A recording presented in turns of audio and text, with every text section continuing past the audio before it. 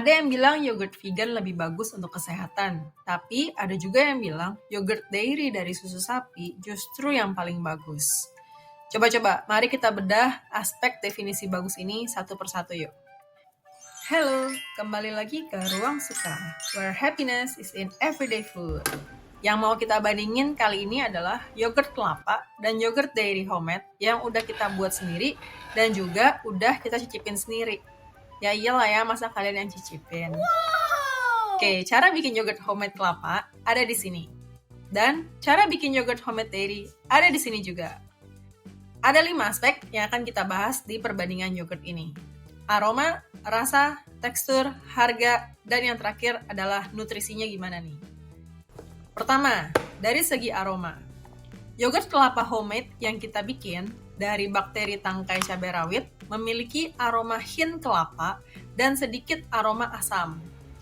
Sedangkan kalau yogurt dairy homemade yang pernah kita bikin, aromanya lebih asam dan aroma susu sapinya lumayan berasa. Kalian tinggal preferensi aja, suka yang aroma kelapa atau aroma susu sapi. Yang kedua, dari segi rasa. Yogurt kelapa homemade rasanya lebih rich dan creamy daripada yogurt dairy. Mungkin karena bahannya full dari santan murni tanpa campuran apapun dan juga nggak dikasih air sama sekali. Terus, rasa yogurt kelapa tidak terlalu asam dibandingkan yogurt dairy. Jadi kalau yang nggak suka asam, ya enak yogurt kelapa sih. Lalu, kalau rasa yogurt dairy homemade, ini percis rasanya yogurt Biocool yang kita biasa beli di supermarket. Karena memang untuk biang bakterinya kita ambil 2 sendok makan dari Biocool. Makanya mungkin rasanya sama ya. Kalau kalian belum pernah cobain yogurt Biocool, monggo dibeli aja dulu biar tahu rasanya sebelum bikin sendiri. Next, dari segi tekstur. 24 jam setelah difermentasi, tekstur yogurt kelapa homemade lebih encer daripada yogurt dairy. Tapi, setelah disimpan di kulkas di bagian chiller, yogurt kelapa homemade yang kita bikin jadi membeku nih. Nah, nggak tahu nih apakah karena kulkasnya terlalu dingin, tapi pas kita makan dengan topping buah-buahan, chia puding, dan juga granola, rasanya enak-enak aja sih. Jadi mirip gelato coconut malah, super creamy, beneran enak banget.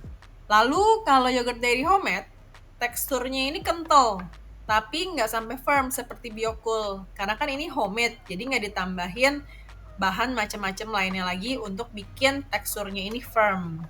Lalu kadang-kadang ada cairan whey yang kepisah, warnanya kuning-kuning gitu, yang kepisah dari yogurtnya. Nah ini tinggal diaduk aja, nanti dia akan nyatu lagi. Cairan whey ini bagus banget karena tinggi kalsium, jadi jangan dibuang ya. Bisa kalian pakai untuk bikin smoothies, bisa dipakai juga untuk bikin adonan donat, dan lain-lain. Nah selanjutnya nih dari segi harga. Berapa modal bikinnya? Modal beli santan kelapa fresh dari kelapa tua yaitu sekitar 18.000 per buah kelapa. Dan untuk dijadikan 1 liter santan murni itu butuh sekitar 3 buah. Jadi totalnya 54.000 untuk 1 liter santan murni. Kemudian tangkai cabai rawit 2 butir. Nggak tahu sih ini harganya berapa, ambil aja minta emak di dapur. Jadi total modal untuk bikin 1 liter yogurt kelapa homemade itu cuman Rp54.000. Ini untuk harga di Jakarta ya, tiap daerah mungkin beda harganya. Di daerah kamu berapa nih harga sebutir kelapa tua? Share dong di komen, siapa tahu lebih murah. Oke, lalu kalau yogurt dairy homemade, itu bahannya adalah 1 liter susu UHT yang rata-rata harganya sekitar 20.000 dan biang yogurtnya dari Biocool. Kalau baru pertama kali bikin maka harus beli biang yogurtnya dulu. Yang kecil harganya sekitar 9.000. Tapi kalau kalian udah punya yogurtnya ini dibikin terus untuk berulang-ulang, maka nggak perlu lagi beli yogurt Biocoolnya. Jadi modalnya hanya 1 liter susu UHT yaitu sekitar 20.000 aja. Tetap paling murah yogurt dairy ya ternyata. Nah, terakhir kunci dari pertanyaan kalian di awal. Jadi dari segi nutrisi gimana? Mana yang paling sehat dan yang paling bagus untuk tubuh? Oke, buckle up, aku jelasin. Kedua yogurt kelapa dan yogurt dairy, tentu mengandung probiotik yang bagus banget untuk kesehatan usus kita. Probiotik ini aka bakteri baik. Jadi, kalau usus kita sehat, maka usus kita bisa mengolah makanan yang masuk ke tubuh dengan maksimal. Usus jadi bisa menyerap nutrisi yang baik-baik untuk tubuh dan juga memilah zat yang tidak sehat untuk dibuang oleh tubuh melalui pup kita.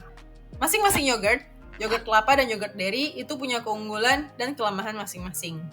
Yogurt kelapa mengandung lemak jenuh yang namanya MCT atau medium chain triglycerides. Cuman ini bukan sembarang lemak jenuh. Lemak jenuh dari kelapa beda sama lemak jenuh dari daging-dagingan. Si lemak MCT ini nanti akan diproses langsung jadi energi di dalam hati kita atau liver ya. Dan hanya sebagian kecil yang menjadi lemak. Mantul kan? Mantul kan? Nah, tapi yogurt kelapa sayangnya memiliki kandungan kalsium dan protein yang lebih rendah daripada yogurt dairy dari susu sapi yang penting untuk kesehatan tulang kita. Nah, sedangkan yogurt dairy mengandung tinggi protein dan juga kalsium yang bagus untuk kesehatan tulang. Tapi, pada yogurt dairy juga terdapat laktosa, yaitu gula alami dalam susu. Nah, buat kalian yang lactose intolerant, ini bisa jadi penyebab perut kembung, diare, atau rasa tidak nyaman di perut. Aku pribadi sih suka nih dua-duanya. Aku suka yogurt kelapa buatan aku sendiri dan juga suka yogurt dairy yang juga aku bikin sendiri. Namun, dengan concern isu sustainability, anaknya sustainable emang, mungkin aku akan mulai beralih ke yogurt kelapa. Karena emisi gas rumah kaca yang dihasilkan itu lebih kecil daripada yogurt dairy.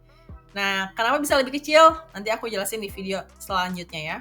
Selain itu, aku juga mengincar kandungan MCT yang ada di santan yang bagus untuk kesehatan otak juga ternyata, supaya bisa mencegah penyakit demensia di hari tua nanti. Jadi, kalau kamu prefer yogurt kelapa atau yogurt dairy nih jadinya, ngobrol di kolom komen yuk.